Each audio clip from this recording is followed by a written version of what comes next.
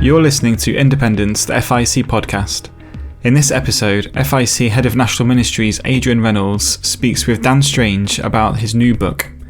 This episode was recorded at the 2021 FIEC Leaders Conference in Edinburgh.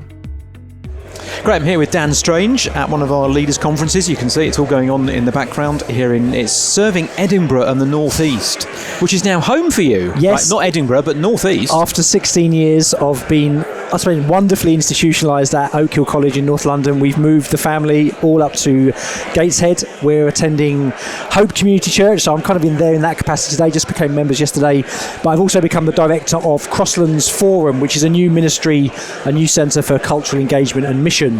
That sounds like the kind of thing that you see on a New Labour poster. Yes. So you're going to have to unpack that for us. What does that mean? So Crosslands Training emerged 5 years ago, a kind of a partnership between Oak Hill and Acts 29. It's independent now. We've got about 120 students who are all over the UK and Europe and all over the place, really. And I've been involved with that from the beginning. And then I was thinking about how do we engage churches to be more engaged with the culture around them.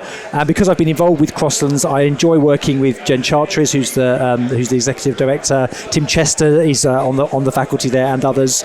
I thought, this will be a great place to house something new. So, long story, we've ended up starting this new centre, which will really focus on three things: research. How do we do really good research for conservative evangelicals in our context on some of the key issues that matter at the moment? The things that we're talking about, whether that's ethnicity or class, or how do we engage with other religions, all of that stuff. And then how do we take that research and then put that into resources for the local church?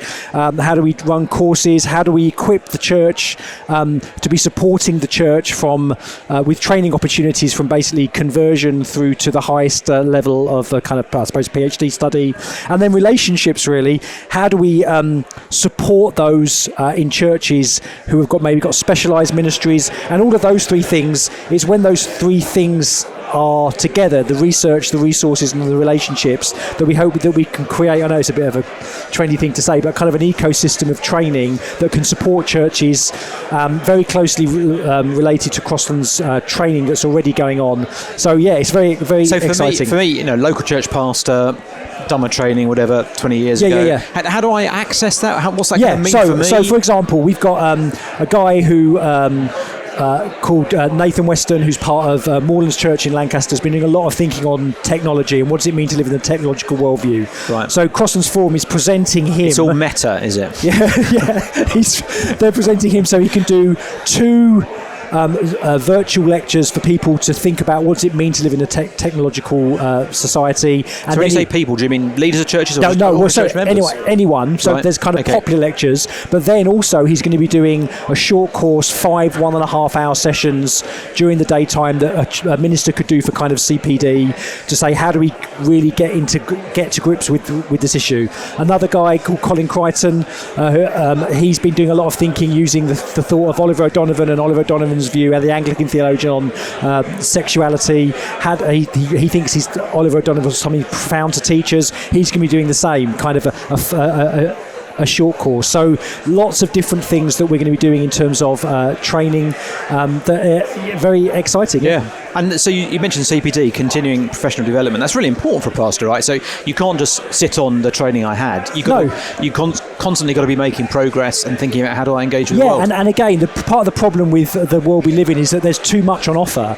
It's how do you have trusted resources? How do you know that there's people who are going to curate material that I need to do? And that's not just going to leave it stratospheric. He's going to say, what does this mean for me in pastoral ministry? What does knowing about social media mean for my day-to-day ministry and the way that I'm discipling others?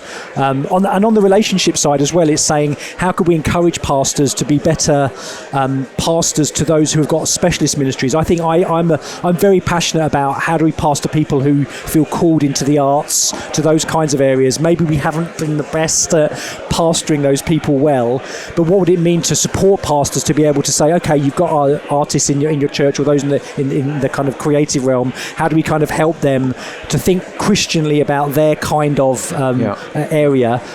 So it's not meant to be a substitute for local church ministry. It's meant to be supporting the church so that they can do this better. Sounds really exciting. And there's got to mention the book. There's a new book out. Yeah, there is. You didn't ask me to mention that, did you? In no. fairness, no. So I brought it up, not you. Thank you. Yes. So tell us about the book. Yeah, so it's called Making Faith Magnetic. It's it follows on from another book I did a few years ago called Plugged In. This is a book that is a framework based on a missiologist, a guy called J.H. Bavinck, the nephew of Herman Bavinck, the famous theologian, who was a missionary in Indonesia. And he took a particular framework of humanity to say that all humans ask basically 5 questions or 5 issues. And it's kind of popularising that and saying, what does that mean for a post-Christian society? Bavinck was dealing in Indonesia with other world religions. This is taking examples from our post-Christian West and saying, how do we get traction to be able to speak Christ to be able to read the culture in such a way that we can get traction? And my vision for that book is that churches all around the country people read it, want to get together in local churches and say, okay, let's take this framework. What does this mean for where I am in Edinburgh, or where I am in Manchester, or I am in Brighton, to make it very contextual? I think it's something that we need to do better. Yeah. I think sometimes, as I say in the book, we're bewitched, bothered and bewildered. We don't know how to relate the glorious news of the gospel to the culture around us, and this is giving a framework to help, and I think it has an impact for preaching, all kinds of things. So yeah, Making Faith Magnetic, forward by Tim Keller, if that sells it at all, I hope. And I noticed, to be contextual, you've got some Jurgen Klopp glasses there. As do you. I like to think you were just copying me, but whether that's true or not, I don't know. I've now found out that he must have had laser eye surgery, because he doesn't wear he went back to Harry Potter glasses, now he doesn't have any glasses. I'm not going to do that. Well, listen, you're not a Liverpool fan, so you don't have to worry too much about it. These glasses have divided opinion. Basically, the older generation hate them, including my mother-in-law.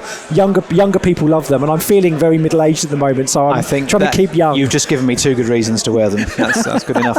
The book, who's it aimed at? Oh, it is for everyday Christians who would be interested in culture and what's going on around them, and to try and get a framework. So it's written at a accessible level by the Good Book Company. They've done a great job of editing it so it is accessible, and so yeah, I'm hoping lots of people will read it. And again, don't just read it by yourself. Get a group of people, read it together in your local church, come together and say, hey, we're going to apply this framework for what does this mean for our church and our area. And some people may have heard some of that material, I think, at Word Alive.